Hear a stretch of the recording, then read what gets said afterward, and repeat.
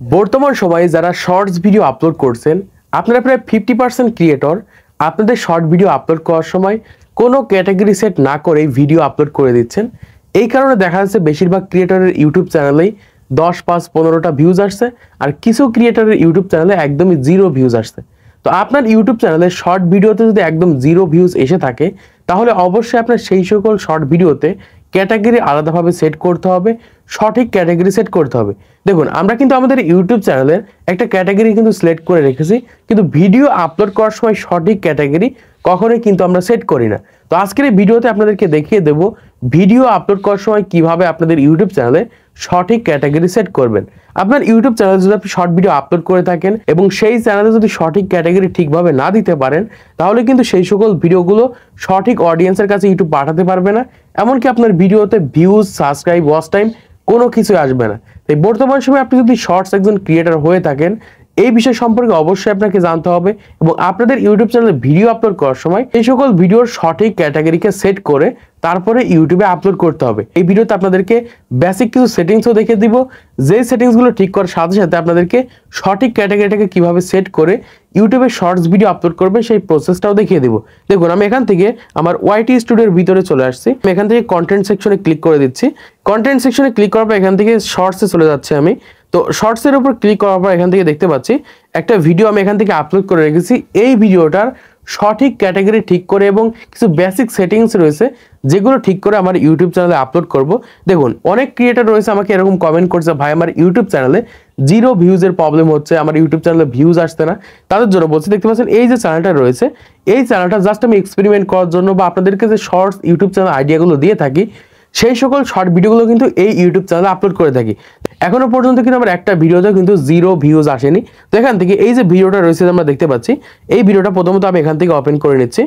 Open করার পর আমরা এই সাইডে এই যে দেখতে পাচ্ছি এডিট সেকশন রয়েছে, আমরা এখান থেকে এডিটের উপর ক্লিক করে দিব। এডিটের উপর ক্লিক করার পর আমাদের সামনে এরকম একটা ইন্টারফেস চলে আসবে। তো এখান থেকে প্রথমে আমাদের যে কাজটা করতে হবে, আমাদের ভিডিওতে সঠিকভাবে ট্যাগ, টাইটেল, ডেসক্রিপশন এগুলো দিতে হবে। আপনাদের ইউটিউব চ্যানেলে কিভাবে সঠিকভাবে ট্যাগ, টাইটেল, ডিসক্রিপশন দিবেন সেই বিষয় নিয়ে আমার ইউটিউবে ভিডিও আছে। সেই ভিডিওটা দেখে সঠিকভাবে শর্ট ভিডিওতে কিভাবে ট্যাগ, টাইটেল, ডেসক্রিপশন দিবেন এগুলো শিখে নেবেন। এই সাইডে আমরা দেখতে পাচ্ছি রয়েছে অডিয়েন্স নামে একটা অপশন রয়েছে। অনেকের এখান থেকে অডিয়েন্স অপশন দেখাচ্ছে, অনেকে আমরা নিচের দিকে দেখাচ্ছে। তো এখান থেকে আপনার অডিয়েন্স অপশন একটা ক্লিক করে দিবেন। তারপর এখান থেকে দুইটা অপশন আমরা দেখতে পাচ্ছি এখান থেকে। তো অবশ্যই আপনার এই নিচেরটাকে সিলেক্ট করে দিবেন। দেখতে পাচ্ছেন আমি এখান থেকে নিচেরটাকে সিলেক্ট করে দিচ্ছি। সিলেক্ট করার পর এখান থেকে ব্যাকে চলে আসতে হবে। ব্যাকে আসার পর এখান থেকে আরেকটা সেটিংস রয়েছে, তো এই সেটিংসের উপর ক্লিক করতে হবে। তবে এখান থেকে সেটিংসটার উপর ক্লিক করে এখান থেকে নো করে দিচ্ছি। নো করার পর এই সাইডের দিকে আমরা দেখতে পাচ্ছি একদম নিচে রয়েছে একটা অপশন, ট্যাগ, শর্টস, রিমিক্সিং এবং ক্যাটাগরি নামে একটা অপশন রয়েছে। এইটার উপর ক্লিক করতে হবে। তো ক্লিক করার পর আমাদের সামনে এরকম একটা ইন্টারফেস চলে আসবে। তো এখান থেকে দেখতে পাচ্ছি রয়েছে অ্যাড পেইড প্রমোশন নামে একটা অপশন রয়েছে, এটার উপর ক্লিক করতে হবে। ক্লিক করার পর অবশ্যই এটাকে নো দিতে হবে। দেখুন, আপনার ভিডিওর মাধ্যমে যদি আপনার টাকা দিয়ে কোনো পেইড প্রমোশন করে থাকেন, কোনো গ্যাজেটস হতে পারে, সেটা স্মার্টফোন হতে পারে, কোনো ওয়েবসাইট হতে পারে, তাহলে এখান থেকে অবশ্যই ইয়েস দিবেন। আর যেহেতু আমি এটাকে কোনো প্রমোশন করছি না, তাই এখান থেকে আমাদেরকে নো দিতে হবে। তারপর এখান থেকে ব্যাকে চলে আসতে হবে। আমরা এখান থেকে দেখতে পাচ্ছি আমাদের ভিডিওর ক্যাটাগরি রয়েছে, তো আমাদের এখান থেকে ক্যাটাগরির উপর ক্লিক করতে হবে। ক্যাটাগরির উপর ক্লিক করার পর এখান থেকে দেখতে পাচ্ছি রয়েছে এন্টারটেইনমেন্ট নামে একটা ক্যাটাগরি আমি এখান থেকে সেট করে রেখেছি। আমার ইউটিউব চ্যানেলে যে ভিডিওগুলো আমি আপলোড করছি বর্তমান সময়, সেই রিলেটেড ক্যাটাগরি সেট করে কিন্তু এখান থেকে ভিডিওটাকে আমি আপলোড করব। এখন আসে আপনি যে রিলেটেড ইউটিউবে ভিডিও আপলোড করছেন, সেই ভিডিওগুলোর সঠিক ক্যাটাগরি কি হবে বা সঠিক ক্যাটাগরি কিভাবে খুঁজে বের করবেন সেটাও আপনাদেরকে দেখিয়ে দিব। তো দেখুন, এখান থেকে আমি ক্যাটাগরির উপর ক্লিক করে দিচ্ছি। ক্লিক করার পর এখান থেকে দেখতে পাচ্ছি অনেকগুলো ক্যাটাগরি এখান থেকে রয়েছে। তো এখান থেকে কোনটা আপনি সিলেক্ট করবেন আজকের এই ভিডিওটা দেখলেই বুঝতে পারবেন। তো প্রথমে রয়েছে দেখতে পাচ্ছি অটো অ্যান্ড ভেহিকলস। এই রিলেটেড ভিডিও আমরা তৈরি করি না বা এই রিলেটেড কন্টেন্ট বর্তমান সময় বাংলাদেশে কেউ তৈরি করে না।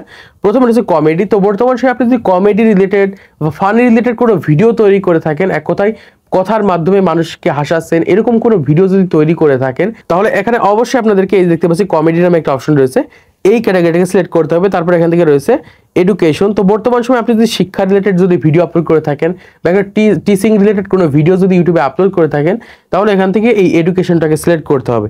তারপর এখান থেকে রয়েছে এন্টারটেইনমেন্ট। তো বর্তমান সময় আপনি যদি বিনোদনমূলক কোনো ভিডিও যদি তৈরি করে থাকেন, আপনার ভিডিও দেখে মানুষ বিনোদন পাচ্ছে, এরকম কোনো ভিডিও যদি আপনি তৈরি, সেটা কৌতুক হতে পারে, এরকম যদি কোনো ভিডিও যদি তৈরি করে থাকেন, তাহলে এখান থেকে অবশ্যই এন্টারটেইনমেন্ট এটাকে সিলেক্ট করবেন।